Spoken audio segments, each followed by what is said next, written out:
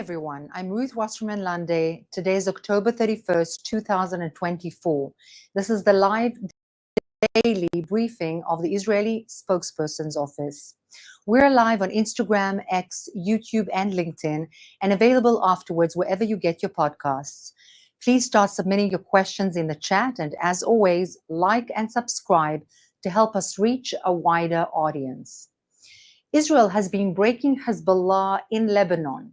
Now, Hezbollah wants Israel to stop. Iran's terror army, Lebanon, claims that it has agreed to move its weapons from Israel's border. That's what Lebanese media is reporting today. How kind of Hezbollah to agree to move its weapons after Israel has already destroyed so many of them. Remember, Hezbollah has been raining fire on Israel for a year. 15,000 Iranian rockets, missiles, drones, and guided missiles aimed at houses. 60,000 people were forced to leave their homes. And Hezbollah planned to attack Israeli villages and do their own October 7th massacre. What the Israeli Defense Forces have found in the south of Lebanon confirms it. Huge attack tunnels with loads of weapons and enough food and other necessities to maintain Hezbollah terrorists for many, many months. Following Israel's taking out Hezbollah's commanders and demolishing their terror tunnels and other equipment and armament aimed to attack Israel, Arab media is now reporting that Hezbollah terrorists are fleeing, many of them, to Syria. De facto, many of them have actually fled to the north of Lebanon to settle there temporarily, regroup and rearm, all on account and backs of the Lebanese people and their beautiful country. Meanwhile, Hezbollah appointed a new leader who immediately moved to Iran. We know why Hezbollah wants Israel to stop today and agree to a ceasefire.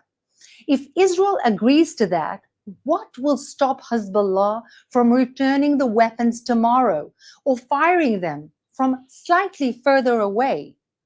Israeli soldiers are in Lebanon in order to make sure that this cannot happen and doesn't want to leave until we make sure that it doesn't happen. This follows reports that there may be an agreement on the table to end the war on the basis of UN Security Council Resolution 1701. The agreement reportedly says Resolution 1701 will be recognized and that Hezbollah will leave southern Lebanon and be replaced by the Lebanese military and UNIFIL. Now, a quick reminder, friends, 1701 is already in effect. Hezbollah is already supposed to have left southern Lebanon and to have disarmed and to have been replaced by the Lebanese Army and UNIFIL. That has been the case since 2006, 18 years ago.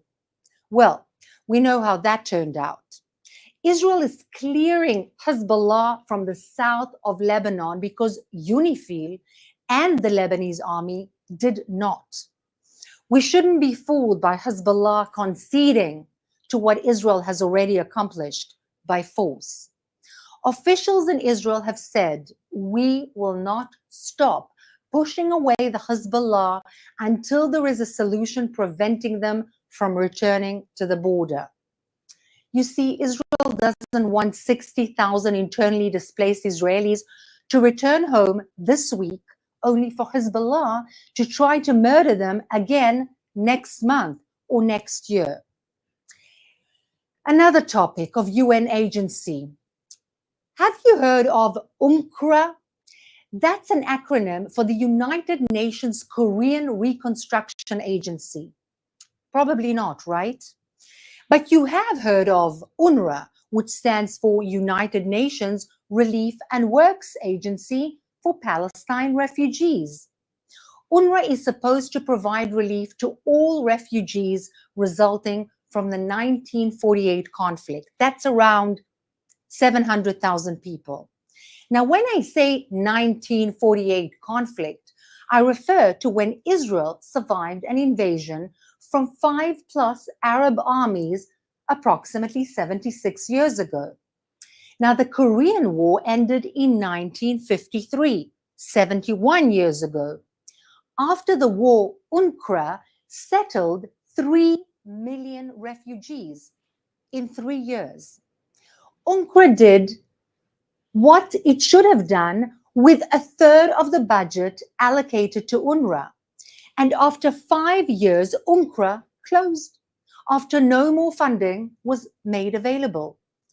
UNRWA has instead sucked in tens of billions of dollars to preserve the refugee problem of Palestine forever, while feeding their dream of destroying Israel. Over and above that, UNRWA has been found on so many occasions to be complicit with Hamas in its heinous acts of terrorism on October 7, but also in playing a critical role in promoting its incitement amidst the children of Gaza and the West Bank for years. Defunding UNRWA is a step for tomorrow's peace. Now, let's take some questions from our audience watching live on social media. Thank you, Ruth. I'm seeing right now the headline, 5 killed, 1 seriously wounded in direct Hezbollah rocket strike near Metula. 1 victim is Israeli, 4 foreign nationals. What is your reaction to this Hezbollah strike and how it might affect the ongoing negotiations for a ceasefire?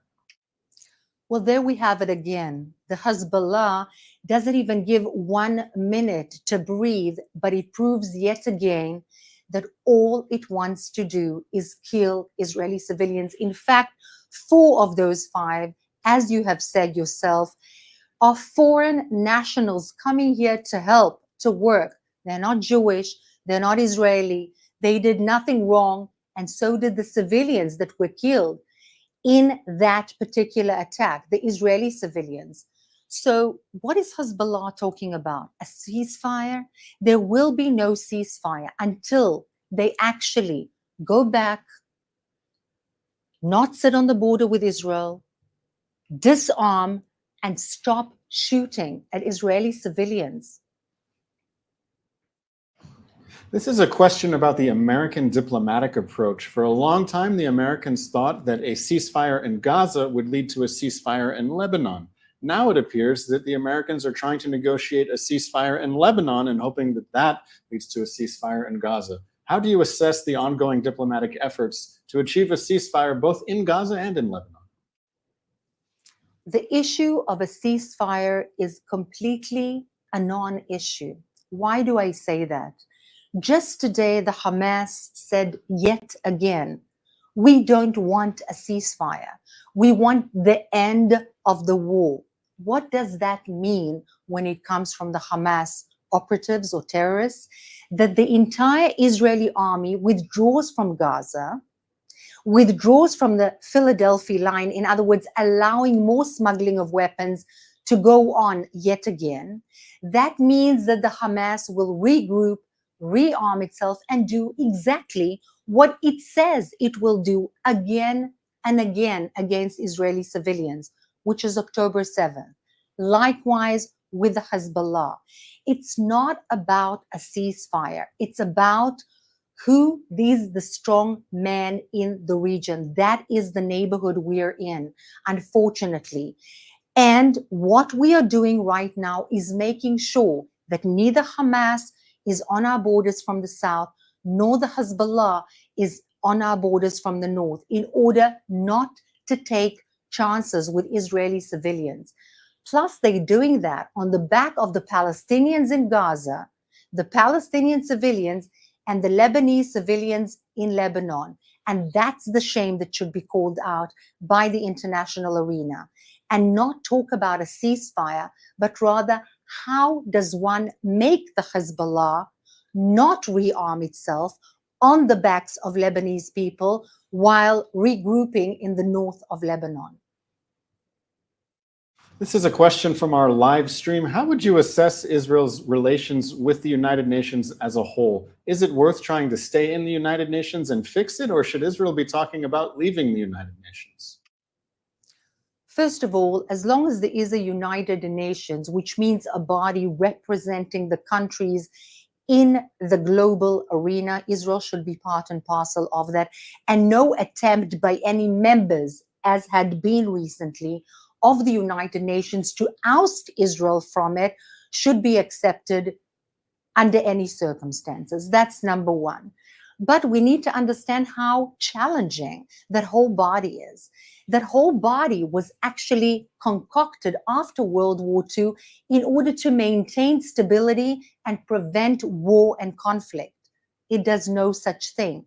On the contrary, countries like the Islamic Republic of Iran, like Qatar, like other warmongering countries actually rule and prevail in all sorts of committees that are supposedly there to prevent hurting human rights and other very, very funny notions that these countries do not do in their own territories. So it has become, unfortunately, a sham.